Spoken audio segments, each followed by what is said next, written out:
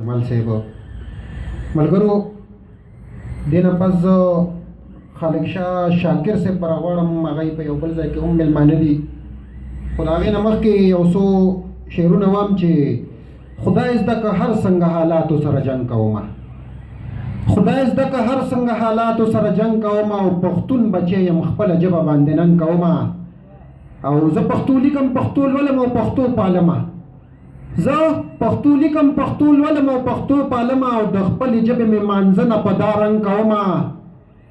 او د خپل نیکه پټکې شمله همیشه دنګه ساتم د خپل نیکه پټکې شمله همیشه دنګه ساتم او زه اوس هم خپل کلتور پالم د رباب ټنګ کومه او زما هر رګ کې مورنۍ ژبه پښتو ګرځېږي زما هر رګ کې مورنۍ ژبه پښتو ګرځېږي او د بې ضمیره وطنورانو څخه څنګ کومه او که دا ټک د پل په سر مې پښتون نه لیکو که دا ټک د پل په سر مې پښتون نه لیکو او بیا به پښتون نه یم بیا به ځان له لنګ کومه په دې شعرونو باندې خالق شاه شاکر صاحب له بلنه ورکوم چې راشي او موږ ته څه وایي خالق شاه صاحب. بسم الله الرحمن الرحیم. شروع کوم د هغه لوی الله په نوم باندې چې بخښونکی او مهربانه دی او مونږ ټولو ته پکار دي پښتنو ته سردار جمال صاحب خو ډېرې ښایسته خبرې پرې وکړي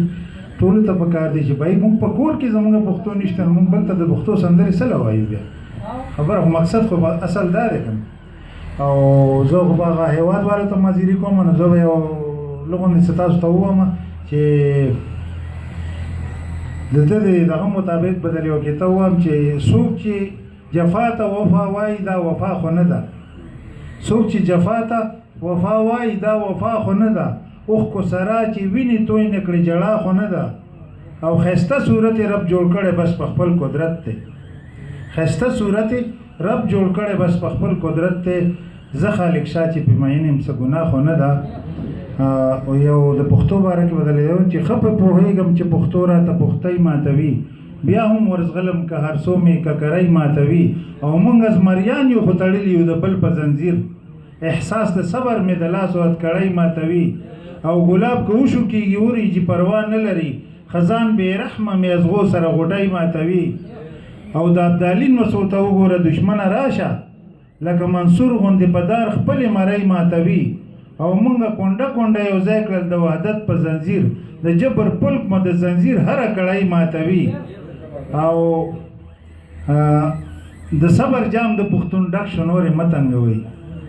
د صبر جام د پښتون ډک شو نورې مه تنګوئ درانه لاسونه به اوس دا کږه کوکۍ ماتوي